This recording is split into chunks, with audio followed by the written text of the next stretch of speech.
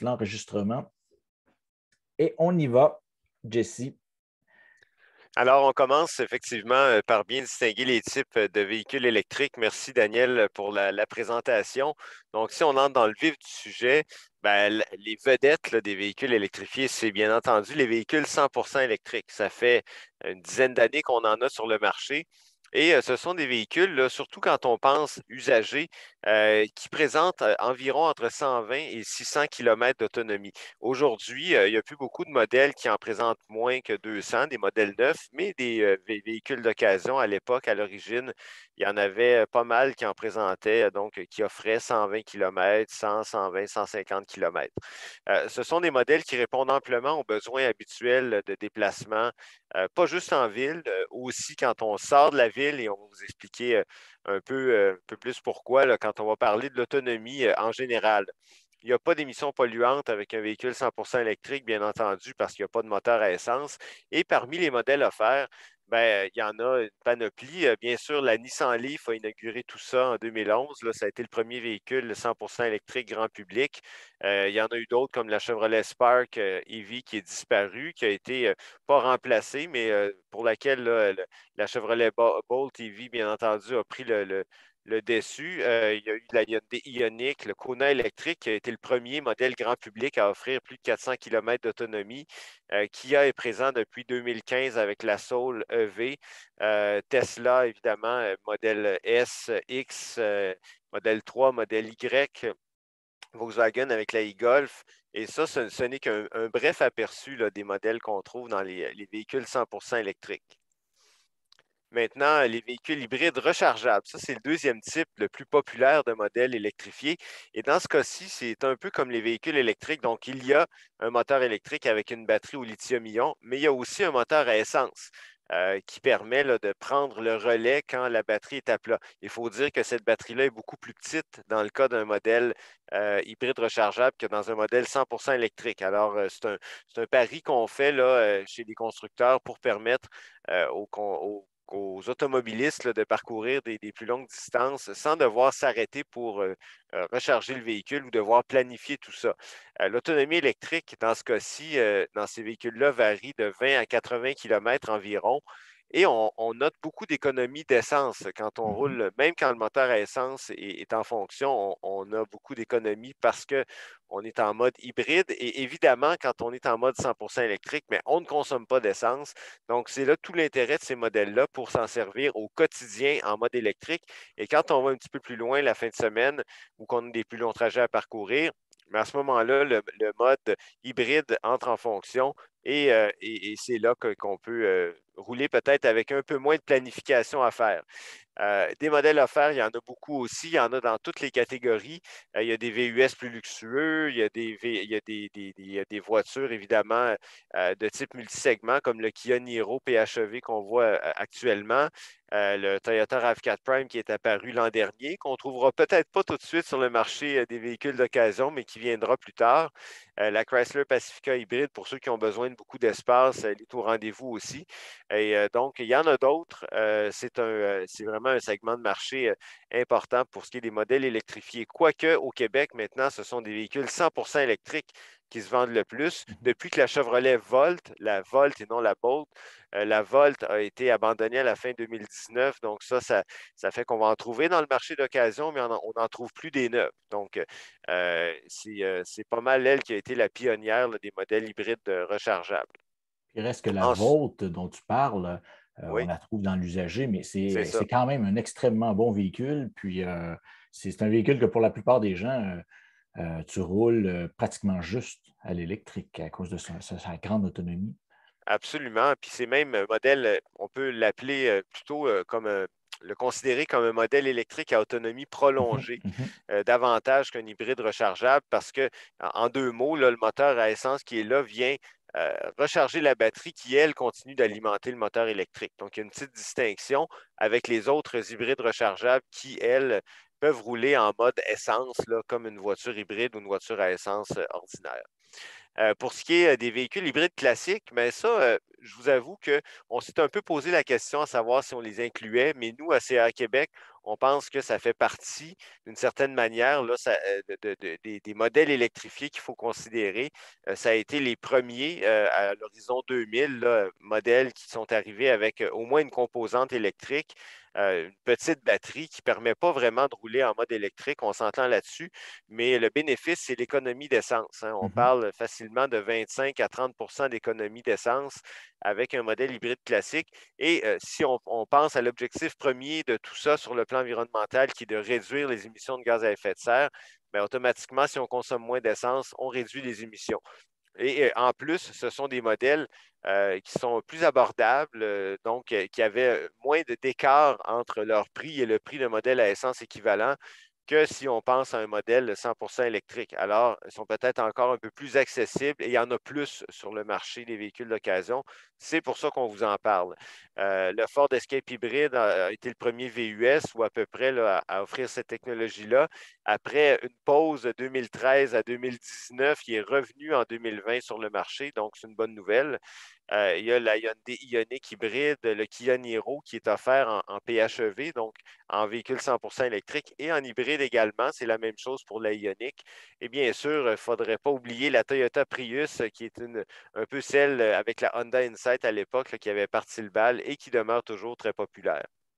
Donc, ça fait le tour pour nos trois technologies principales. Hein, Daniel, je pense que avec ces trois types-là, là, c'est à peu près ce qu'on retrouve sur le marché, là. Mhm. En effet, on pourra reparler un peu plus loin de, de quel genre, à qui ça s'adresse exactement, chacun de ces modèles-là, mais on va continuer maintenant avec les concepts de base de ce que c'est rouler en véhicule électrique, puis ça va un peu nous éclairer sur des aspects qu'on pourrait se demander, le véhicule électrique usagé, est-ce que ça correspond vraiment? Parce qu'on va parler d'autonomie, on va s'apercevoir que ce n'est pas tout à fait ce qu'on pense. Parfois, l'autonomie, la recharge non plus, ça ne marche pas tout à fait de la manière qu'on pense. C'est peut-être même pas mal plus simple qu'on pense. Donc, attaquons-nous à l'autonomie, justement. Défaire un mythe tout de suite. Ouais, ben en fait, on est habitué, là, on est habitué avec les véhicules à essence que ça consomme moins d'énergie sur l'autoroute qu'en ville. Avec les véhicules électriques, ben, c'est le contraire. C'est quand on roule en ville et à basse vitesse qu'on conserve le plus l'autonomie, qu'on consomme le moins d'énergie, parce que on verra tantôt, ben, en fait, on va en parler tout de suite, là, le freinage régénératif entre en fonction souvent quand on est en ville, puis aussi quand on est en terrain montagneux, puis on a beaucoup de côtes à descendre. Donc ça, ce que ça fait, c'est que ça récupère l'énergie du freinage en inversant tout simplement le sens de rotation du moteur électrique aussitôt qu'on relâche l'accélérateur. Donc, on peut conserver l'énergie dans la batterie. On peut peut-être en gagner un petit kilomètre ou deux d'autonomie de temps en temps si on a vraiment beaucoup de côtes là, à descendre. Mais sinon, en ville, ça conserve l'énergie. Et en plus, ben, ça crée du frein moteur. Donc, le bénéfice, c'est qu'on use moins les freins. Mais on verra plus tard que si on les use moins, ça ne veut pas dire qu'il ne faut pas les entretenir. Il y a quelque chose quand même à faire avec ça. Et là, on a des petits exemples ici à vous donner. Si on roule 50 km en ville avec un modèle électrique ou un hybride rechargeable, par exemple, en mode électrique, ça se peut que l'indicateur d'autonomie baisse de seulement 30, 35, 40 km. Donc, finalement, l'autonomie baisse moins vite que le kilométrage réel qu'on parcourt. Avec certains modèles, c'est le contraire. Quand on va sur l'autoroute, on va voir l'autonomie baisser plus vite que le kilométrage qu'on roule. Et ça dépend des véhicules. Il y en a qui ont un indicateur d'autonomie très précis. Il y en a d'autres où ça s'ajuste. Là, il y a des écarts qui se créent, puis ça va se réajuster plus tard. Donc, il ne faut pas se surprendre de voir que sur l'autoroute, les modèles électriques voient leur autonomie baisser plus vite, là. Ce que tu mentionnes, justement, c'est faut aussi dire que c'est exactement la même chose que ce soit une 100% électrique ou que ce soit une hybride ou une hybride rechargeable. Parce que si tu roules sur l'autoroute à 120 tout le temps avec une hybride, ben, tu ne sauveras pas vraiment d'essence.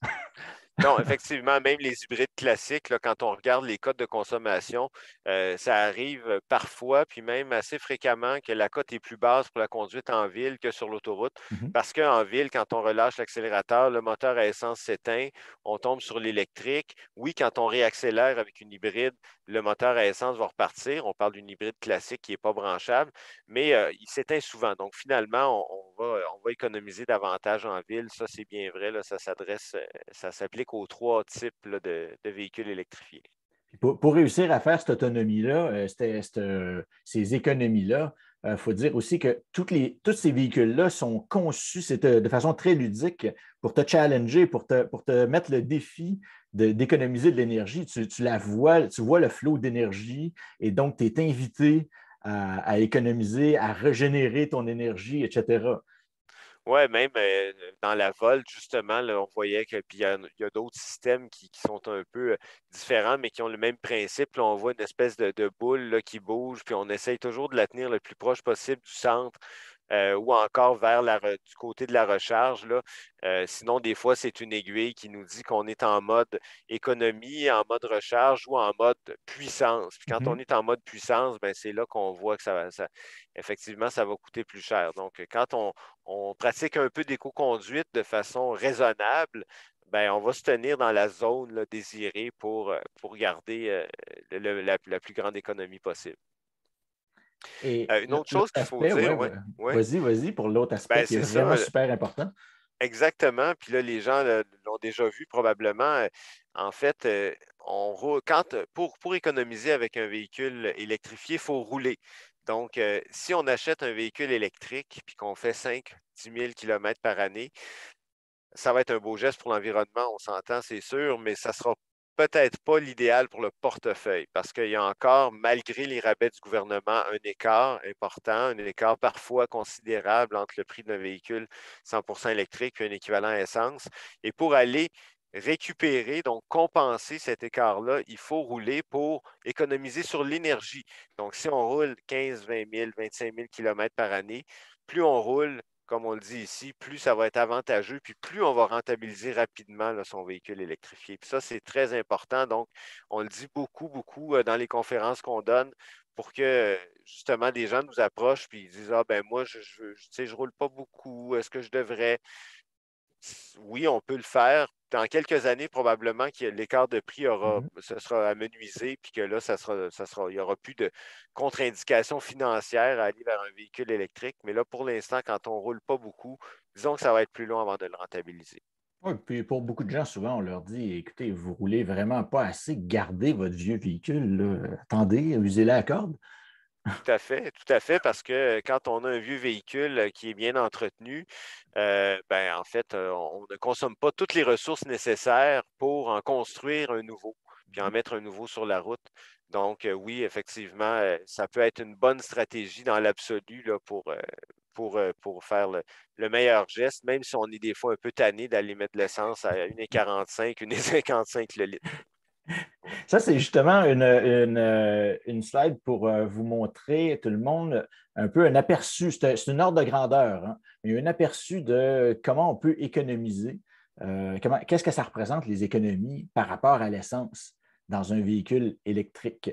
Donc, on a mis ici l'essence à 1,45. On voit qu'il continue à monter, mais on s'est dit, bon, mais d'habitude, on met toujours 1,15. Il faudrait être réaliste un petit peu. Là. Je ne suis pas sûr que ça va revenir de sitôt à 1,15.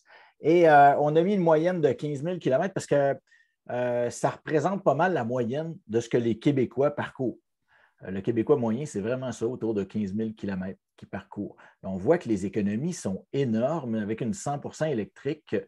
Si on compare entre les pleins d'essence qui coûtent près de 12 du 100 km, rouler dans un véhicule qui fait à peu près 8 litres au 100, là, on parle d'un véhicule qui ne consomme pas trop. Là. On parle d'une Corolla, d'une Civic. Mais on est presque à 12 du 100 km, tandis qu'on est pour de vrai là, à 2 du 100 km avec l'électricité qu'on prend de notre maison. Puis ça, c'est 90 de l'électricité que les gens mettent dans leur voiture électrique ou leur voiture hybride rechargeable, ça vient de la maison. Ça vient de la borne de recharge à la maison. Mais l'écart est énorme. On parle d'un bon 1 400 par année juste pour les économies de carburant. Puis ça avoisine les 500 pour une hybride rechargeable là, qui a une quarantaine de kilomètres d'autonomie. On parle bien encore plus que ça, peut-être 1 000 à peu près pour une hybride rechargeable plus respectable comme une Volt qui a 80 km d'autonomie puis que vous allez rouler 80 du temps en électrique. Oui, tout à fait. Puis, en fait, ce calcul-là montre que c'est encore plus positif que ce que Ressources naturelles Canada nous présente là, quand on regarde son outil de comparaison des cotes de consommation d'énergie. On en arrive souvent à environ 25 du coût d'un véhicule à essence équivalent pour un modèle électrique, mais là, c'est encore inférieur, là. Les économies que tu nous montres sont encore plus considérables. Donc, effectivement, Ben, c'est que c'est vraiment. plus le prix de l'essence monte, et c'est tant mieux pour nous. Oui, Plus il monte, plus c'est avantageux. exactement. Donc, oui, ben ça, c'est très révélateur. Puis d'ailleurs, le coût total de possession, là, c'est ce qu'il faut regarder quand on achète un véhicule électrique. Donc, on parlait tantôt là, du fait que ça coûte peut-être un peu plus cher, il faut le rentabiliser. Donc, oui, il faut penser aux mensualités, il faut penser donc au prix d'achat. Puis après ça, quand on décide dans le cas d'un véhicule d'occasion, souvent, ça ne sera pas une location, mais bien un achat qu'on va peut-être étaler, dont on va étaler le remboursement sur plusieurs années. Donc, il faut additionner les mensualités au coût de carburant dans le cas d'un hybride rechargeable, d'électricité dans le cas aussi d'un 100% électrique ou d'un véhicule hybride rechargeable. Il faut regarder aussi l'entretien régulier et les coûts d'entretien et de réparation à long terme qui sont souvent inférieurs là, pour les modèles 100% électriques. Donc, c'est en additionnant tout ça, puis d'autres économies qu'on fait à gauche et à droite aussi, notamment les péages qui sont pas, qui sont gratuits là, sur les ponts de l'autoroute 25 et de l'autoroute 30 autour de Montréal. Puis bon, il y a d'autres avantages comme ça. Il y a certaines villes qui offrent des programmes aussi de stationnement sans frais, des choses comme ça. Donc, quand on regarde tout ça, c'est là qu'on vient à réaliser toutes les économies qu'on peut faire en allant vers un véhicule électrique d'occasion dans ce cas-ci. Est-ce qu'on avait, Simon, des questions sur ces sujets-là? Alors non, Daniel, donc je vais vous encourager à continuer. Je crois que c'est parce que les gens sont absorbés par la présentation, mais je répète, je vous encourage à me transmettre vos questions à travers le Q&R. Merci. Donc, Jesse, parle-nous un peu de pourquoi on devrait choisir un véhicule électrique d'occasion. Et pourquoi pas, comme tu le mets, Mhm. comme tu l'as indiqué en parenthèse. Donc, il y a de nombreux avantages pour le véhicule électrique d'occasion. C'est moins cher qu'un véhicule neuf électrique. Donc, il faut faire attention aux taux d'intérêt, là. Mhm. Parfois, les Oui. taux d'intérêt sont plus chers sur les véhicules usagés, mais quand même, si on peut donner une partie en comptant, là, souvent, on va arriver avec un coût moins élevé parce qu'une partie de la dépréciation est déjà absorbée par rapport à un modèle neuf. Donc, ça, c'est toujours la même histoire. Là, les données sont un peu faussées actuellement Mhm. parce Oui. que les valeurs marchandes sont élevées là, vraiment à des niveaux records pour les véhicules d'occasion. Mais habituellement, on retrouve toujours un avantage là, en lien avec la dépréciation qui a déjà commencé pour un modèle 100%, pour un modèle, c'est-à-dire usagé. On va faire les mêmes économies d'énergie que le véhicule soit d'occasion ou neuf. Donc ça, là-dessus, on perd ou on gagne rien. Euh, il n'y a pas d'entretien mécanique. Il y a moins d'entretien mécanique dans le cas d'un véhicule électrique que dans le cas d'un véhicule à essence. Donc, ça, que ce soit d'occasion ou neuf, c'est un peu la même chose. Ce sont des modèles qui sont généralement fiables et durables. Euh, les Toyota Prius, les Camry, là, ça pullule sur les flottes de taxis, Mhm. notamment, et Mhm. ce n'est pas pour rien. Là, on parle de modèles hybrides classiques, mais éventuellement aussi, il y a des Tesla, il y a des modèles 100% électriques qui sont dans les flottes et ça dure longtemps. On verra que la batterie aussi, qui est le composant principal qui suscite encore certains questionnements pour les véhicules électriques, est généralement très durable aussi. On a accès aux avantages de la plaque verte, autant pour un véhicule d'occasion qu'un véhicule neuf, aussitôt que c'est un modèle hybride rechargeable ou électrique. Je parlais des péages tout à l'heure. Il y a les voies réservées des autoroutes qui sont accessibles, même si on est assis tout seul dans notre VE. Il y a aussi la Société des traversiers du Québec là, qui offre le Mhm. passage gratuit aux véhicules électriques, pas à ses occupants, mais bien aux véhicules, mais ça fait quand même ça de gagner. Et ce sont des modèles qui sont généralement très amusants à conduire de par le silence qu'ils procurent. Et ça, tant qu'on n'en a pas essayé un, on ne peut pas réaliser jusqu'à quel point la conduite est très sereine. Les accélérations sont instantanées. Souvent aussi, le centre de gravité très bas fait que la tenue de route est très intéressante également, une précision qu'on ne retrouve pas nécessairement dans des véhicules à essence équivalents, là, surtout dans les modèles d'entrée de gamme. Donc, ça, c'est important. Et bien entendu, c'est meilleur pour l'environnement. Puis ça, là-dessus, Daniel, tu as peut-être quelques petits éléments à nous préciser là, pour nous dire en quoi ça peut être meilleur précisément pour l'environnement. Les gaz à effet de serre, mais il y a plus que ça.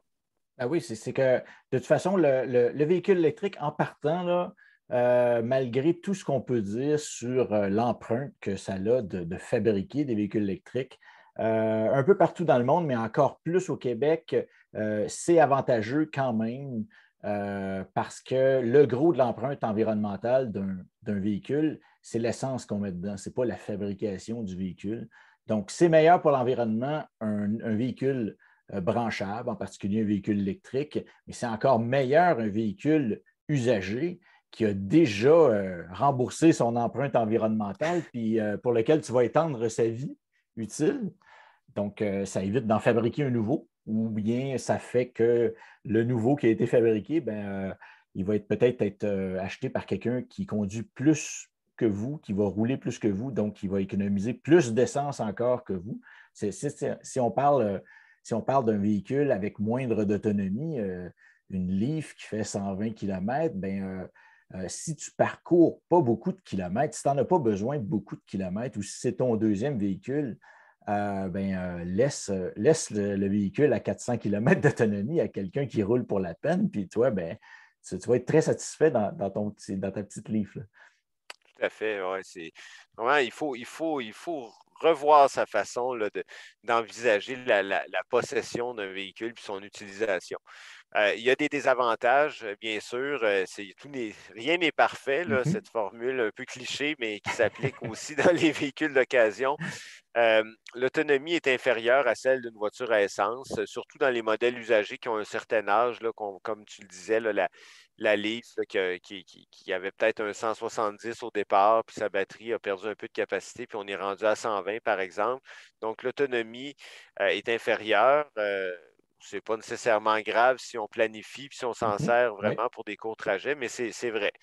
L'usure de la batterie, et comme j'en ai fait allusion, je viens d'y faire allusion en parlant de la Leaf, là, il y a une dégradation naturelle là, de la capacité de la batterie, surtout pour les modèles plus vieux, qui s'accélèrent, qui est plus rapide pour les modèles plus vieux. Les modèles récents, les batteries là, sont conçues de manière à Mm-hmm. vraiment amoindrir ce phénomène-là. On a une technologie qui est plus ancienne dans un véhicule d'occasion que dans un véhicule neuf. Ça vaut autant pour les Oui. modèles à essence que les modèles électrifiés. Puis moi, j'ai la chance de faire les essais routiers de véhicules neufs pour CA Québec, pour les critiques qu'on écrit dans le magazine, les vidéos qu'on fait. Puis je m'aperçois là, des fois, ça prend 1 an ou 2, puis on s'aperçoit vite à quel point une technologie qui était vraiment intéressante peut devenir désuète là, en quelques années.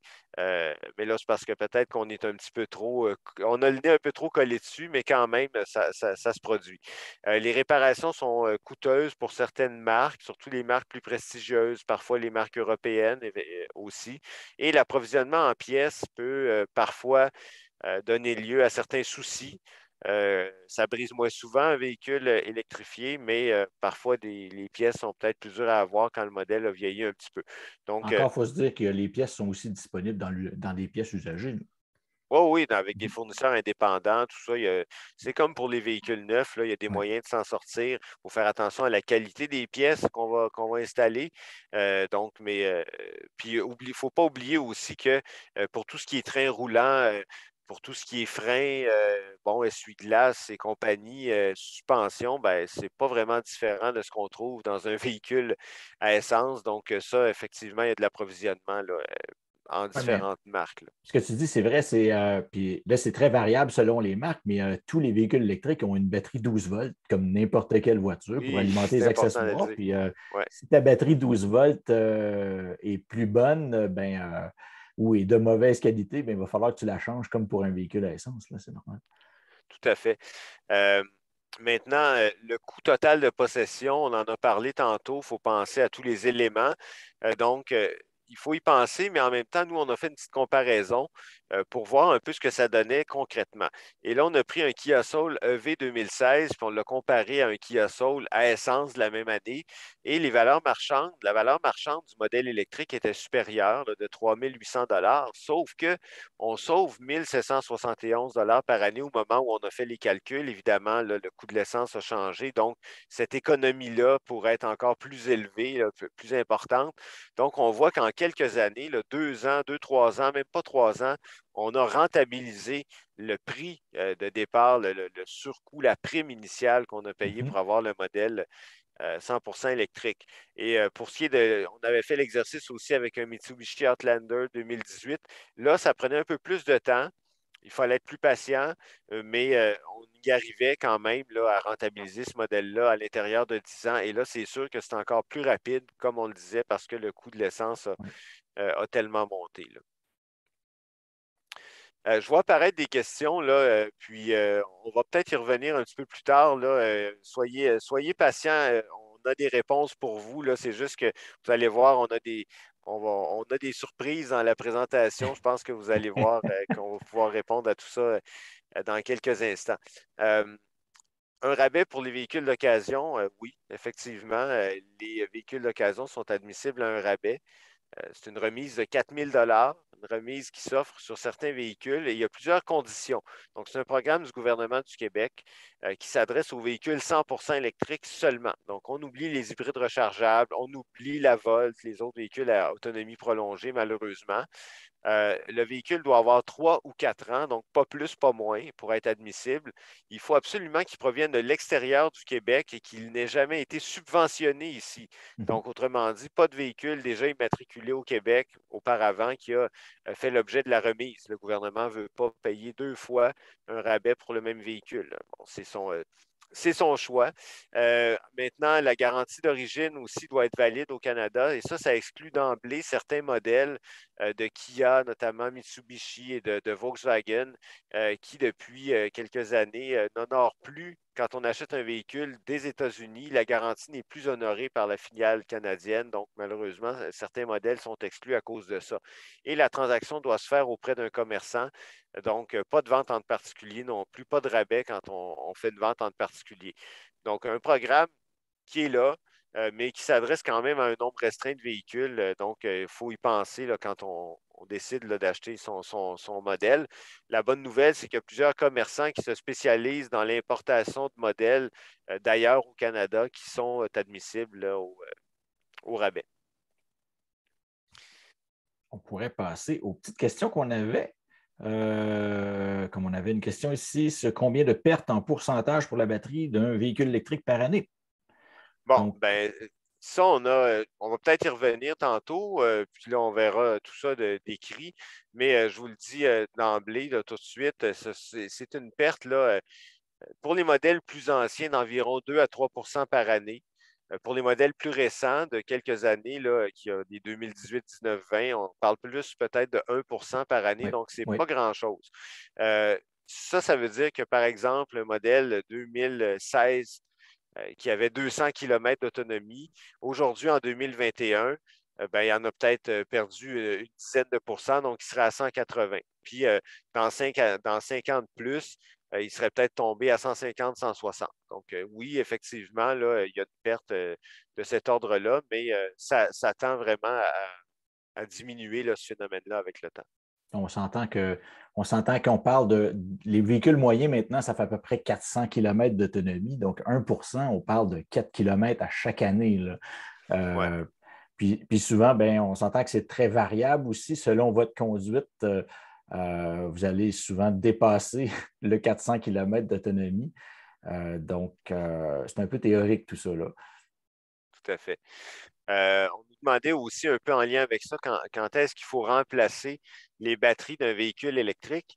La réponse, c'est très rarement, parce que, Si pardon, ce ce n'est sont les. jamais. Ben, c'est ça. Donc, ça dure souvent la vie du véhicule, ou en tout cas, le- le- là, on parle d'acheter un véhicule usagé, mais même là, souvent, on va le garder 7, 8, 10 ans, puis il ne devrait pas y avoir de problème de remplacement. C'est des batteries qui durent longtemps.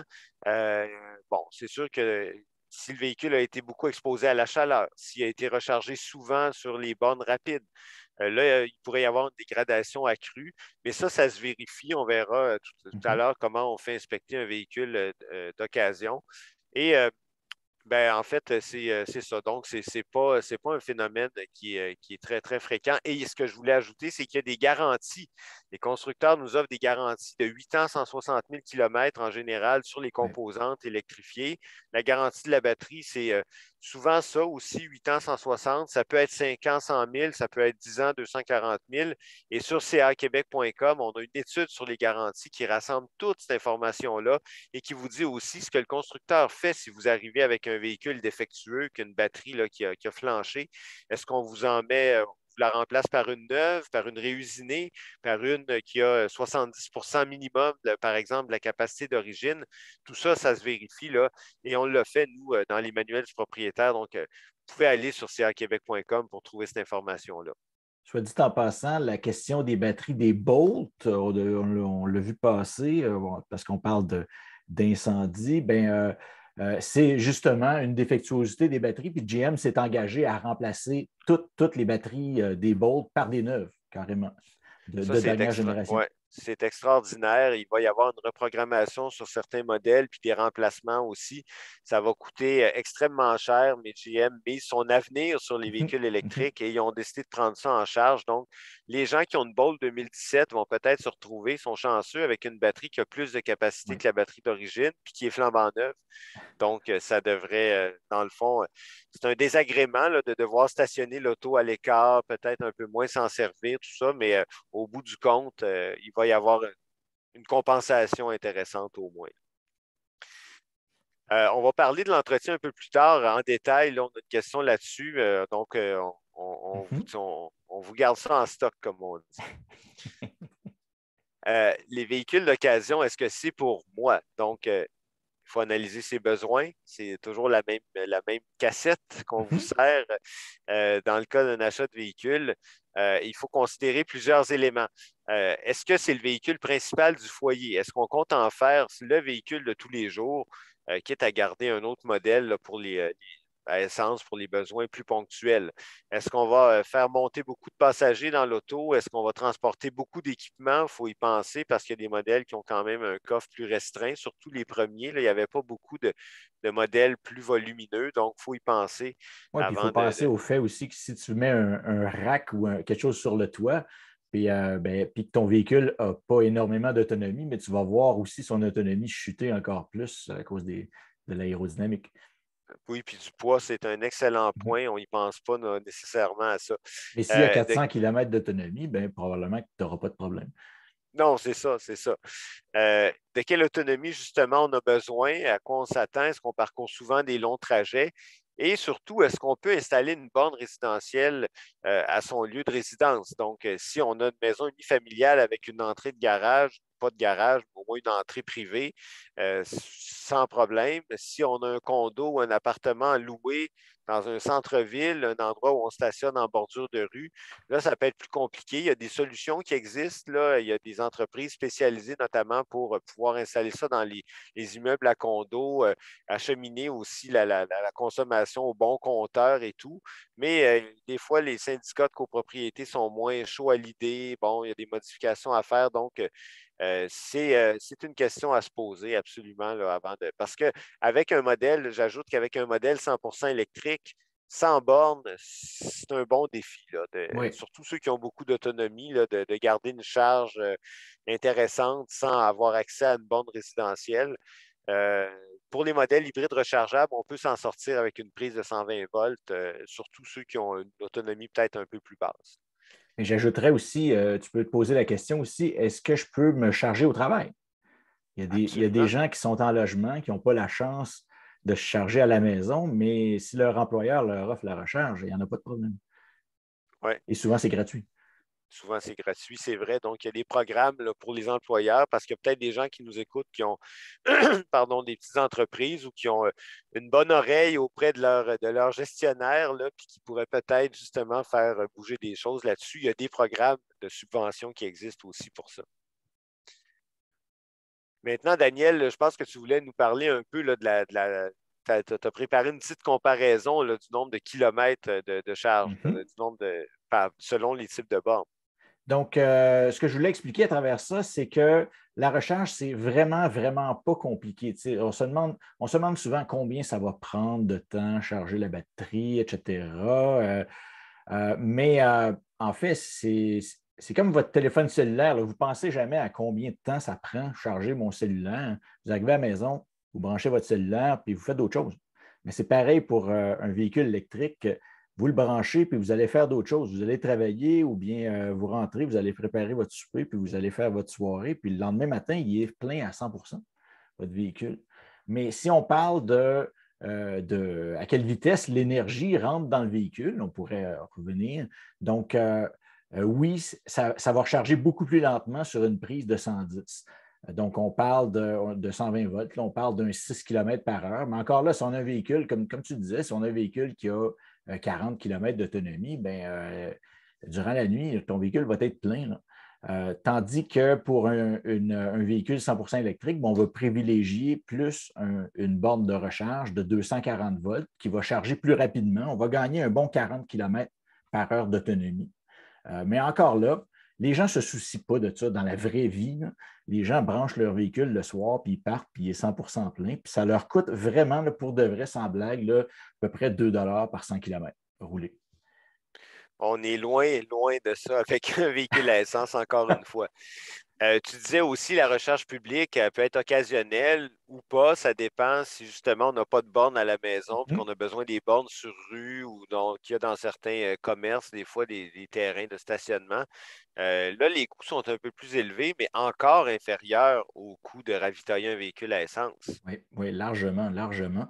Donc, quelqu'un qui sera à logement puis qui dépend de la recharge publique, qui dépend des bornes de recharge sur rue, ben, oui, c'est un petit peu plus compliqué parce qu'il faut que tu aies une borne pas loin de chez vous, ou bien faut que tu ailles stationner ton véhicule à une borne.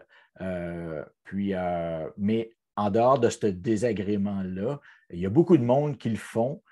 Ça coûte beaucoup, beaucoup moins cher. Là, on parle plus d'un 3,25 par 100 km, mais c'est quand même beaucoup moins cher qu'un véhicule à essence. Puis là, je mentionnais ici, c'est à peu près 7 du 100 km pour un hybride rechargeable quand on fait le même exercice. Ça reste quand même plus intéressant, mais c'est moins intéressant qu'un 100 électrique de dépendre uniquement de la recharge publique, tout simplement parce que techniquement, là, le véhicule hybride rechargeable, pour vraiment la grande majorité des modèles, le chargeur va charger moins vite. Le chargeur qui est dans le véhicule est moins puissant, va charger moins vite.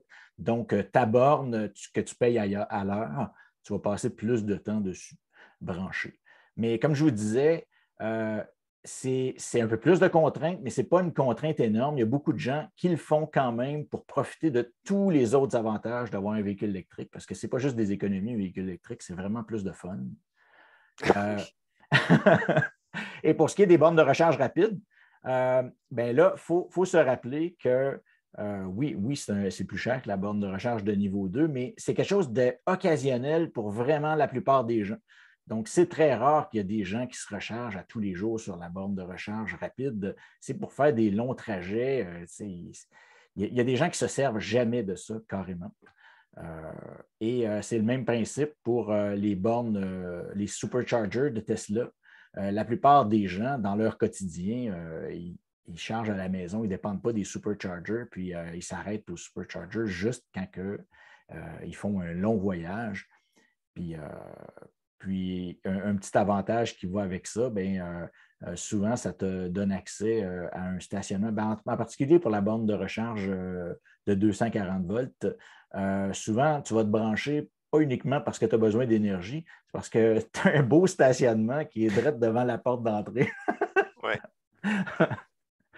Tout à fait. Donc, c'est vraiment intéressant d'avoir ce nombre de kilomètres à l'heure là qu'on peut récupérer. Ça varie selon le modèle, le type de chargeur intégré. Ça varie aussi selon la température. Puis nous, à CA Québec, on fait le service à la clientèle du circuit électrique et de flot. Et souvent, l'hiver, les gens qui en sont à leur premier hiver nous appellent puis nous disent Hey, est-ce que c'est normal? Je suis à une borne rapide ou je suis à une borne 240? Puis c'est vraiment plus long que habitudes. Comment ça se fait? Bien, le froid réduit la vitesse de recharge, tout simplement. Il faut réchauffer davantage le système et tout, donc c'est plus long. Donc, vous allez voir ces chiffres-là varier aussi selon différentes conditions. Mais c'est un bon ordre de grandeur, effectivement. Tantôt, tu as parlé, là, bon, on a dit prise de 120 volts à l'extérieur ou borne résidentielle. Est-ce qu'on peut se brancher au travail? Est-ce qu'on roule plus en ville ou sur l'autoroute? Ça aussi, c'est à considérer.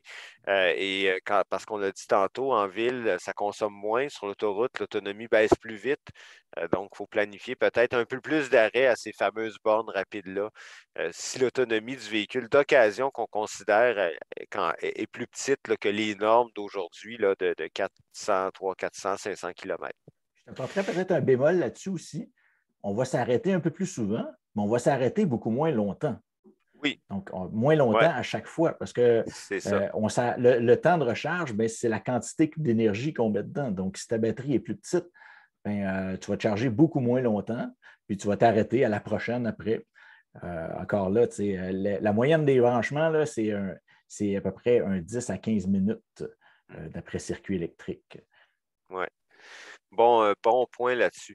La recette CA Québec, on en a concocté une pour un peu aider les gens concrètement à savoir où se placer à travers tout ça, le hybride rechargeable, 100% électrique, l'autonomie, les trajets. Donc, ce qu'on propose, nous, c'est que si vous parcourez souvent des longs trajets, que vous avez peut-être un peu moins d'intérêt à vous arrêter à des bornes, pour l'instant, ce n'est pas encore trop dans vos plans de faire ça. Ben à ce moment-là, les véhicules 100% électriques avec une longue autonomie seraient à privilégier, donc forcément des modèles plus récents ou encore des hybrides rechargeables qui permettent de maximiser l'utilisation de la batterie en ville, mais d'avoir un peu la liberté, entre guillemets, de parcourir des plus longs trajets, mais avec avec le corollaire qui est de s'arrêter à des stations d'essence puis de payer un peu plus cher pour ravitailler le véhicule quand on fait des longs trajets. Si vous avez des trajets prévisibles, que vous savez que ça va être peut-être votre deuxième véhicule au départ, ou encore que ça va être pour aller travailler, faire les courses et tout, ben, un modèle 100% électrique pourrait très bien faire l'affaire, même si l'autonomie est plus courte. Et quand vous aurez à faire des longs trajets, pourquoi pas penser à louer à court terme un véhicule? Si vous faites un road trip, là, puis bon, c'est quand même des fois, ça se fait des road trips avec des véhicules électriques, il y a des gens qui en font amplement, mais bon, ça dépend des conditions, du temps qu'on a et tout. Donc, à ce moment-là, peut-être qu'on pourrait penser de louer un véhicule à court terme ou encore pour transporter des gros objets. Et si vous avez deux véhicules à la maison, bien, vous pouvez en remplacer un par un 100% électrique et vous allez peut-être vous apercevoir que finalement, c'est lui qui est devenu le véhicule principal parce que, bon, 90% du temps, il répond à vos besoins. Puis vous avez votre deuxième véhicule, si vous comptez le garder, là, puis que ça ne vous dérange pas de payer une immatriculation, puis une assurance, puis de l'entretien supplémentaire, vous pouvez toujours l'avoir en backup, comme on dit, pour faire ce genre de long trajet ou de transport de plus gros objets. Donc, il y a trois possibilités là, qu'on peut envisager là, selon nos habitudes de conduite. C'est souvent le cheminement naturel des gens. Hein. Les gens ont Ouais. deux véhicules, ils en changent un en pensant que ça va être juste pour les besoins occasionnels. Finalement, ça devient le véhicule principal, puis au bout d'un an ou deux, ils changent l'autre aussi pour un 100% électrique. Bon, ouais, c'est ça. Donc, l'essayer, c'est l'adopter. Ça, c'est souvent ce dont on s'aperçoit. Euh, Bon, le besoin d'autonomie, ça, c'est un frein, c'est une crainte, c'est un mythe que, bon, avec un véhicule, on ne pourra pas se rendre où on veut, quand on veut. Euh, L'autonomie, bon, ça dépend. Je pense que tu voulais nous parler, Daniel, là, de l'hiver puis les longs trajets, là, un peu, là, pour un peu clarifier toute cette question-là. Oui, je voudrais seulement mentionner, par exemple, à Simon, là, on arrive, il nous reste 10 minutes, on a encore pas mal de choses à couvrir. Est-ce que tu pourrais demander à tout le monde si ça les dérange qu'on fasse un 15 minutes de plus? Et toi, Jesse, est-ce que tu serais disponible pour faire un 15 minutes de plus? Un 15, ça va aller, ça va me faire plaisir. Super. Donc, quand on parle de besoin d'autonomie, donc, Première chose à considérer dans votre calcul, parce que là, vous allez regarder, je vais vous inviter à considérer le trajet le plus long que vous faites régulièrement. Donc, oui, vous pouvez me dire, moi, je travaille à 20 km, donc j'en parcours juste 40 dans ma journée. Mais si vous allez au chalet une fois par semaine, puis que c'est à 100 km, ben, c'est ce 100 km-là que vous allez considérer comme votre besoin régulier. Puis, si vous avez l'opportunité de vous charger au chalet, parce que vous allez installer une borne de recharge au chalet, bien là, vous allez considérer ce 100 km-là. Mais si vous n'avez pas la possibilité de vous charger, bien là, vous seriez peut-être mieux d'envisager l'aller-retour comme étant votre trajet régulier. Donc, c'est vite le concept ici, mais quand vous allez prendre considération de ça, considérez aussi l'autonomie hivernale du véhicule. Donc, un véhicule électrique, on ne se fera pas de cachette, là, ça va perdre l'hiver entre 20 et 30 de son autonomie. Mais il y a des journées dans l'hiver où ce qui va faire vraiment très froid, où ce qui va faire moins 25, où ce qui va venter énormément, puis que vous allez perdre jusqu'à 40 moi, j'aime bien dire, par sécurité, vous ne voulez absolument aucun problème. Considérez même 50 vous n'allez avoir jamais aucun problème.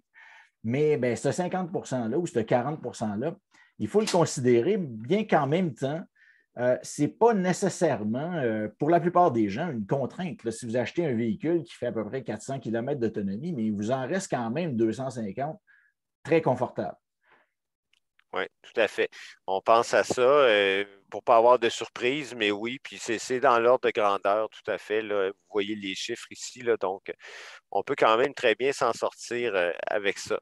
Puis ton exemple est bon aussi ici là, pour une Ioniq électrique 2018 qui avait 200 km d'autonomie, un peu d'usure de batterie qui fait déjà baisser l'autonomie l'été. L'hiver, on arrive quand même, dans le pire des cas, à 125 km. Donc, c'est ça. Donc, il y a une dégradation, il y a l'hiver, mais on peut faire des calculs là, assez rapides pour s'y retrouver. Là, il faut se dire que je vous invite à vraiment être conscient que vous allez avoir cette perte d'autonomie-là, mais après ça, vous faites le choix. Vous faites le choix de vous dire, bon, mais ça représente juste quelques journées. Bien, ces journées-là, j'arrêterai de me charger, puis je vais sauver des dizaines de milliers de dollars sur le prix du véhicule. Ou bien, si vous ne voulez pas avoir cette contrainte-là, bien là, vous allez décider de choisir un véhicule qui a une plus grande autonomie, puis jamais arrêter de vous charger. Exactement.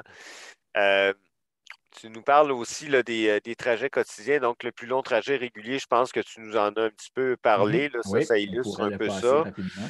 Le chalet également. Donc, ici, tu voulais nous donner des chiffres, là, des dollars pour un peu venir incarner tout ça. Là. Oui, donc c'était une comparaison avec quel genre de véhicule, avec quel prix de véhicule ça correspond. Si on considère le prix de vente du véhicule, les économies qui vont avec et tout. Donc, d'acheter un véhicule usagé d'un prix de vente d'à peu près 20 000 là, en fait, c'est l'équivalent, selon nous, roulons électriques, d'à peu près un véhicule à essence de 14 500. Puis si on va sur le calculateur de CAA, puis qu'on compare vraiment les pommes avec les pommes, le CAA est encore plus généreux et dit que si on considère l'entretien, tout le kit, c'est même l'équivalent d'un véhicule de 8 400 là.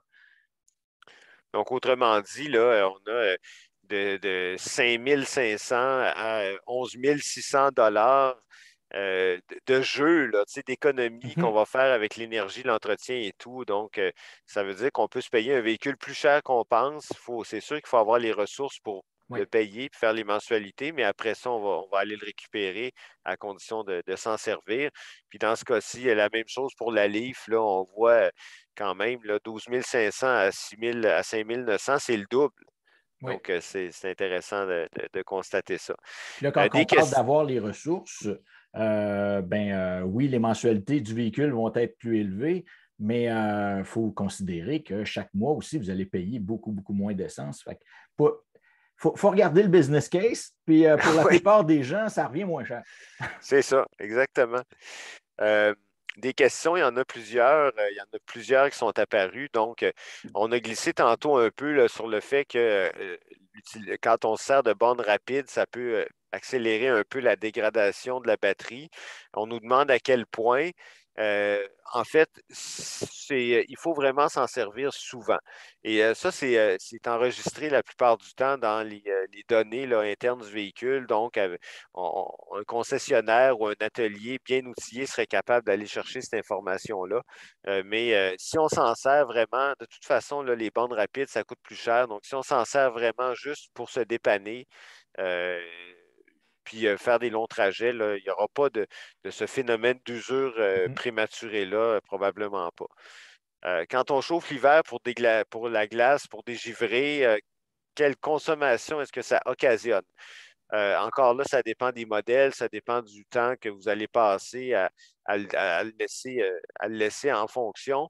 Euh, mais oui, ça va, c'est surtout quand on sert de la ventilation qu'on voit l'autonomie diminuer. Faites le test, là, si jamais vous essayez un véhicule électrique, mettez tout ça à off. Vous allez voir le chiffre monter, puis aussitôt que vous pesez vous appuyez sur auto ou sur dégivrage automatique, tout ça, vous allez voir des fois peut-être un 20 km qui va partir d'un coup, mais souvent, ça s'ajuste à mesure qu'on roule parce que là, bon, le chauffage va lui-même, grâce à la climatisation automatique, va s'ajuster à la baisse. Donc, on essaie d'utiliser les sièges chauffants puis le volant chauffant au maximum, mais on met du chauffage assez pour voir à l'extérieur du véhicule. On ne veut pas d'igloo roulant, on n'en veut pas d'igloo mobile. Ça, c'est tout à fait contraire à la sécurité routière. Euh, Est-ce que les assureurs automobiles offrent des meilleurs tarifs pour les voitures 100% électriques ou hybrides? Oui, ça arrive. Nous, à CA Québec, on le fait. Il y en a d'autres qui le font également. Donc, magasinez toujours vos assurances. Appelez plusieurs compagnies. Appelez un courtier aussi. Regardez les outils en ligne pour faire vos propres soumissions, là. Et vous allez voir que dans l'électrique et l'hybride rechargeable, comme dans les modèles à essence, ça peut varier vraiment là, selon l'expérience là, de l'assureur par rapport aux réclamations. Euh, bon, est-ce que ça coûte plus cher à essence d'assurer un véhicule électrique qu'un véhicule à essence? Encore là, pas nécessairement. Ça va dépendre. Mais bon, on a vu des chiffres là-dessus, on a vu des études qui semblent montrer que oui, ça pourrait coûter plus cher. Puis la raison est simple. Euh, c'est la batterie. C'est la batterie. Si jamais elle est endommagée dans un accident et qu'elle a besoin d'être remplacée, c'est sûr que ça coûte cher, c'est un gros morceau. Mais en même temps, une transmission dans un automatique d'aujourd'hui, là, dans un véhicule à essence, ça peut coûter 6, 7, 8 000 aussi, là, juste une transmission. Donc, c'est pas. Puis la batterie, elle est bien cachée sous le véhicule dans un carcan de sécurité. Donc, c'est rare qu'elle va être atteinte, là, à moins vraiment d'une perte totale, là. Donc, c'est pas si clair que ça, là. Encore une fois, il faut magasiner pour en savoir plus là-dessus. Puis il y a une question intéressante aussi. Si les batteries durent toute la vie du véhicule, est-ce qu'on devrait acheter une garantie quand même supplémentaire, une garantie prolongée? Ben, pas nécessairement, surtout que 8 ans ou 160 000 km, comme on l'a dit tantôt, c'est le standard habituel. Donc, puis les véhicules sont fiables généralement, donc il y a pas vraiment de nécessité là.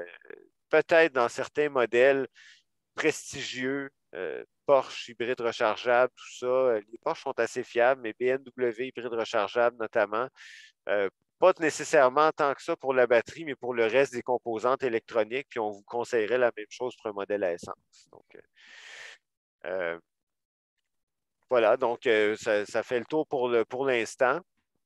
Pour magasiner son véhicule d'occasion chez un marchand, ben, nous, on propose deux sites, autogo.ca, qui est l'ancien Occasion en or, qui était bien connu là, du public.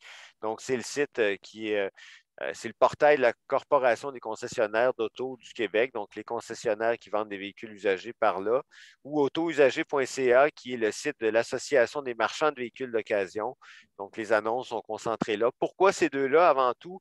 Parce que les marchands qui font partie de ces associations-là doivent adhérer à un code d'éthique. Donc, ils sont surveillés peut-être davantage que des marchands vraiment indépendants ou des particuliers, c'est sûr.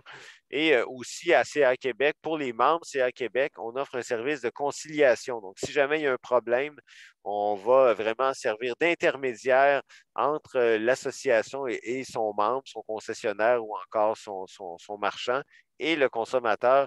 Et dans la très grande majorité des cas, on trouve un terrain d'entente. Donc, c'est intéressant de passer par les commerçants qui sont membres de ces associations-là. Mais vous pouvez aussi aller voir les petites annonces ailleurs, bien évidemment.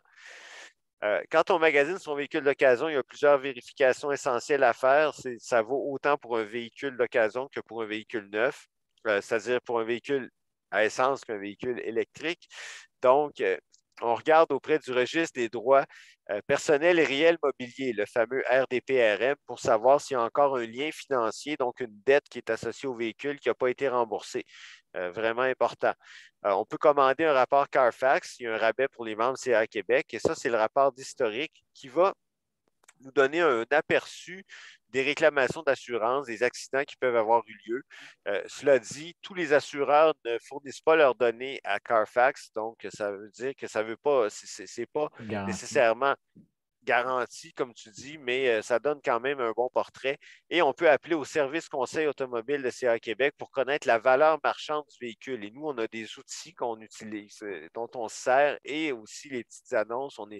On fait le tour du marché pour vous donner le chiffre le plus approprié, le plus près possible de la valeur marchande. Donc, c'est intéressant de savoir là, si on est à la veille de payer peut-être trop cher pour son véhicule. Et si le véhicule qu'on convoite a un prix beaucoup inférieur à la valeur marchande, il y a anguille sous roche, il y a probablement quelque chose qui se cache là. Et pour le savoir, ce qui peut se cacher là, et pour savoir s'il y a eu un accident qui n'aurait pas paru dans le rapport Carfax, il faut faire inspecter son véhicule. C'est primordial. C'est aussi vrai pour un véhicule électrique que pour un véhicule à essence. Oui, dans un 100% électrique, il n'y a pas de moteur à vérifier, de compression des cylindres et de système d'échappement, mais il y a des freins, il y a une suspension, il y a des panneaux de carrosserie qui peuvent avoir été réparés, les pneus, la batterie aussi qui est là, puis les garages indépendants, il y en a certains qui ont des outils pour aller lire les codes d'erreur puis aller voir un peu ce qui s'est passé avec ça. Mais il faut que ça soit fait par un professionnel, et qui est bien outillé pour le faire. Et où est-ce qu'on peut trouver de ces professionnels-là? Bien, à CA Québec, on a 18 centres d'inspection de véhicules qui sont agréés, qui font de l'inspection selon une grille bien établie par nous, par nos experts à l'interne à CA Québec. On a des garages recommandés, là, plus de 350 aussi, dont une vingtaine sont en voie de devenir certifiés donc, pour l'entretien et la réparation des véhicules électriques en vertu d'une formation qu'on a montée avec les comités paritaires de l'industrie de l'auto. Donc, c'est une formation très complète. Donc, on en a presque 20 là, qui sont soit déjà accrédités ou qui vont l'être bientôt. Sinon, si on a un atelier de confiance avec qui on fait affaire depuis longtemps, on peut y aller. Puis, on peut aller aussi chez un concessionnaire. Là, il y en a qui sont recommandés CA Québec, là, qui font partie de nos 350 quelques garages recommandés. Donc, pour le magasinage, là, c'est un peu à ça que ça peut ressembler. Est-ce qu'on avait des questions? As-tu remarqué des questions qui s'ajoutent, Daniel? Non, je n'ai pas remarqué de questions qui s'ajoutent. Donc, on pourrait passer à la suivante. Bien, parfait. L'entretien du véhicule électrique, on vient un petit peu de flirter avec ces concepts-là quand on a parlé de l'inspection. Ben, dans un véhicule 100% électrique, c'est sûr qu'il n'y a pas de vidange d'huile à faire, il n'y a pas de remplacement de filtre à air, il n'y a pas de bougie, tout ça, on le sait. Donc, ça veut dire des coûts d'entretien beaucoup moindres. Et nous, à CA Québec, on estime une cinquantaine de pourcents par année pour un véhicule 100% électrique. Ça dépend des conditions, mais ça peut aller jusque-là. Donc, ça fait quand même des bonnes économies. Là. Ça peut être 400-500 $ par année facilement. Et ça fait moins de visites au garage aussi. Oui, tout à fait. Moins de visites au garage, moins de visites pas de visites à la station-service. Donc, finalement, on sauve du temps, puis on salit moins les mains, puis il y a moins de risques d'avoir des conflits. Donc, c'est tant mieux. Donc, tantôt, on l'a dit, moins d'usure des freins grâce au freinage régénératif, parce que, bon, ça fonctionne moins souvent. Mais si ça fonctionne moins souvent, qu'est-ce qui peut arriver? Ça peut rouiller, ça peut gripper. Donc, il faut absolument faire nettoyer le système 1 ou 2 fois par année. C'est primordial. C'est un 100 et des poussières peut-être bien investies pour un bon nettoyage parce qu'on veut les garder longtemps, les plaquettes Oui. et les disques. Donc, si on les laisse aller, même si on ne s'en sert pas beaucoup, ça va s'user de travers puis ça va commencer à rouiller. Donc, on fait nettoyer ça. C'est ça, un des éléments d'entretien les plus importants là, dans le cas d'un modèle électrique. Puis tu nous as préparé des chiffres là-dessus, hein? Oui, donc sur notre site, on mentionne que on s'était entendu que quand on a calculé les moyennes de coûts d'entretien, de changement d'huile, de nettoyage des freins, etc., on arrive à un bon 240 d'économie par année avec un 100 électrique, puis environ 122 pour un hybride rechargeable parce qu'on va avoir un calendrier d'entretien. On va avoir beaucoup moins d'entretien à faire, même sur l'hybride rechargeable. On va faire 2 fois moins de changement d'huile, etc. Mais quand on regarde encore là sur l'outil de CA Québec, on voit que les coûts d'entretien, parce que l'outil de CA Québec ne comprend pas juste les changements d'huile et les changements de frein, c'est tout l'entretien du véhicule. Et on voit que ça monte quand même assez vite. Là, sur 10 ans, tu sauvé un 3 700 par rapport à vraiment parce que ça c'est des coûts vraiment par rapport à un équivalent. Là, on parle, mettons, d'une Golf avec une e-Golf ou d'une Kona avec sa version électrique. Donc, on parle d'un bon 3 700 pour 10 ans sur une totalement électrique, puis à peu près la moitié de ça pour un hybride rechargeable. Ce qui est quand même, somme toute, assez énorme. Là. Sans compter, comme je vous disais, moins de visites au garage, moins de rendez-vous à prendre, puis de passer, de laisser son auto au garage, puis d'être obligé d'aller se refaire conduire au travail par la voiture de courtoisie. Oui, ça paraît vraiment, là. Ouais, donc, les hybrides rechargeables ou classiques, on vient un peu d'en parler. Elles aussi ont besoin d'entretien, mais d'un entretien moindre. Donc, on suit le calendrier, mais souvent, on coupe ça en deux. Donc, il faut surveiller toujours la capacité de la batterie. Donc, on économise aussi en entretien avec ces modèles-là. Puis, encore une fois, à qui on confie l'entretien? Bon, on a parlé de nos garages recommandés, nos garages qui sont de plus en plus certifiés. On travaille fort là-dessus en véhicule électrique. Les ateliers de confiance, les concessionnaires. Et pour ce qui est des réparations plus précises, là, peut-être un peu plus, comment dire, qui dépassent là, l'entretien quand il y a vraiment des bris. Pour ce qui est des pneus, de la suspension, tout ça, on peut toujours aller à son garage de confiance. Pour ce qui est des systèmes plus spécialisés, bien là, des fois, on a peut-être un peu moins souvent le choix que d'aller chez le concessionnaire parce que, bon, les pièces existent dans le marché secondaire, mais des fois, c'est les procédures pour les remplacer qui ne sont pas nécessairement connues de tous les garages. Donc, puis encore une fois, la garantie est longue. Donc, souvent, on va y aller de toute façon chez le concessionnaire s'il y a un bris parce qu'on ne veut pas payer pour rien, on veut profiter de la garantie. L'anti-rouille, est-ce qu'on recommande de le faire sur un véhicule électrique? Oui, si on le conserve longtemps. On n'a pas de contre-indication, absolument pas.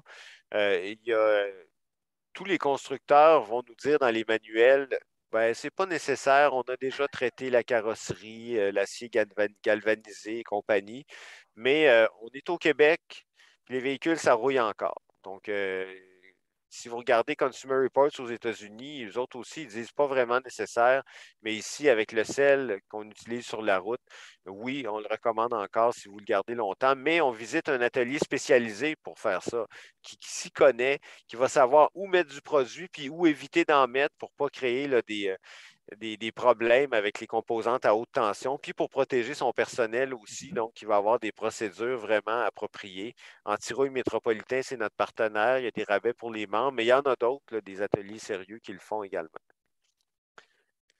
Est-ce qu'on avait des questions là-dessus? Il y avait une petite question ici où on demandait si des informations sur les différents véhicules concernant le type de borne de recharge compatible sur le site de CA Québec. Est-ce qu'on va trouver ces informations-là? En fait, là, ça, c'est simple. Les bornes, les prises de niveau 1, les bornes de niveau 2, que ce soit résidentiel ou dans le réseau public, ont toutes le même type de connecteur qui est compatible avec tous les modèles vendus en Amérique du Nord, sans exception.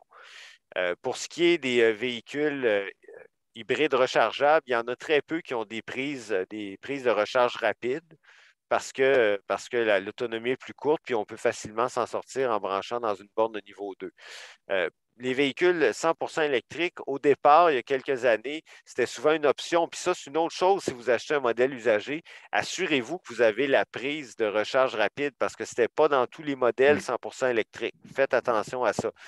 Maintenant, il y a deux types de ports de recharge rapide. Il y a le CHAdeMO, il y a le CCS Combo. Donc, deux technologies différentes, mais la bonne nouvelle, c'est que dans le circuit électrique et dans la plupart des autres réseaux, les bornes rapides ont tous deux connecteurs attachés à la même borne. Attention, on ne peut pas se servir des deux en même temps. Là, c'est une borne qui fait un travail à la fois, mais au moins, on va prendre le connecteur qui nous convient, qui convient à son véhicule. Donc, oui, c'est compatible, là, il n'y aura pas de problème, mais assurez-vous d'avoir la prise si vous achetez un véhicule usagé. Sinon, ça peut devenir disons, plutôt embêtant quand vous allez faire des longs trajets. Et juste pour répondre à une petite question ici qui nous est arrivée au début, parce que quelqu'un qui s'inquiétait des risques d'incendie, si ça arrive, que faire? Est-ce que j'ai un extincteur spécial? Mais en fait, c'est extrêmement rare, puis c'est bien documenté. Tu sais, les compagnies les compagnies prennent ça au sérieux, comme on a vu, GM, là, ils ont instauré des mesures, ils vont tout remplacer les batteries, mais ça ne sert à rien de vous acheter un extincteur spécial. Si un véhicule électrique prend feu, sauvez-vous parce que c'est intense. C'est ça. Même chose que pour un véhicule à essence, sauvez-vous, puis sortez pas attendez. l'extincteur. Non, c'est pas il n'y aura rien à faire avec ça. Voilà. Donc, on vous avait invité à participer au concours donc répondez au sondage que vous allez, pas au sondage, au sondage de satisfaction pour nous parler un peu de comment vous avez apprécié le webinaire. Puis ça va vous donner accès au tirage du vélo électrique. Puis je vous invite aussi à aller faire des essais chez les concessionnaires. Il en reste encore et il reste encore quelques heures. Ensuite de ça, très important, un balado vraiment intéressant sur le site de CA Québec. Vous avez plein d'aspects sur le véhicule électrique et sur la mobilité électrique. Sans détour. On fait le tour, en fait, de ce qu'on a dit là, mais en plus de détails. On a des invités spéciaux, dont M. Rochefort en personne, qui vient nous parler des aspects environnementaux dans une des capsules. On parle aussi de vélo électrique, donc allez voir ça. C'est là sur le site caquebec.com. Sur notre site, on a aussi un portail sur la mobilité électrique qui vient compléter vraiment celui de rouleau électrique qui est fort étoffé, notamment avec votre catalogue là, de véhicules. Ça, c'est le fun parce qu'on peut vraiment voir tous les modèles qu'il y a sur le marché. Nous, on s'est concentré sur les bornes, la recharge, tout ce qu'il faut savoir un peu, le véhicule électrique 101. C'est là aussi dans d'autres références, dont la vôtre, mais on l'a assez à Québec. Puis, on a aussi un test de vélo électrique. On n'en a pas beaucoup parlé aujourd'hui, mais qui a été fait en collaboration avec Protégez-vous. Les résultats sont accessibles à tout le monde. Donc, allez voir ça si vous voulez en savoir plus. Quelque chose à considérer d'ailleurs. Vous vous demandez si vous roulez vraiment assez pour acheter un véhicule électrique d'occasion, mais si vous voulez vraiment pas beaucoup, peut-être achetez-vous un vélo à assistance électrique. Absolument. Le cocktail transport, je ne pense pas que l'expression, je ne sais pas si vous l'utilisez encore chez Équiterre, mais on l'a entendu longtemps, mais c'est ça pour vrai. Oui. Moi, je l'ai vu présentement. Là. Je me servais vraiment plus beaucoup de ma voiture. Je me suis abonné à Communauto Flex et vraiment, là, je capote. C'est vraiment le fun. Mais ce n'est pas accessible partout. Donc, si vous n'avez pas d'autre choix que d'avoir un véhicule, culpabilisez-vous pas non plus. Juste considérer l'électrique. Oui. Donc, je pense qu'on a fait pas mal le tour. Juste petite dernière mention. Il y a aussi un concours qui est bon pour toute l'année sur le site Roulon électrique. Donc, c'est roulonélectrique.ca/concours. Super intéressant, une Bolt 2022 à gagner pour un an, une location d'un an avec la borne de recharge installée chez vous, tout frais payé d'installation et la borne va vous appartenir après. 250 $ de crédit de recharge circuit électrique. Donc, c'est à ne pas manquer. Allez vous inscrire et le tirage va avoir lieu au début janvier. Donc, je pense qu'on a fait pas mal le tour. Ben oui, hein. Puis les gens ont peut-être encore des questions. Il y a peut-être des choses qui vont leur venir plus tard.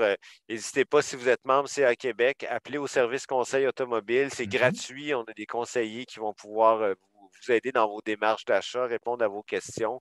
Puis suivez aussi.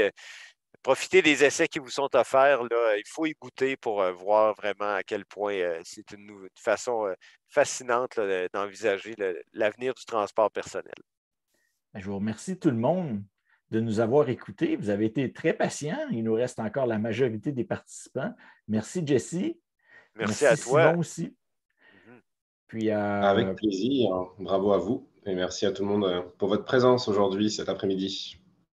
Au revoir. Merci, au revoir.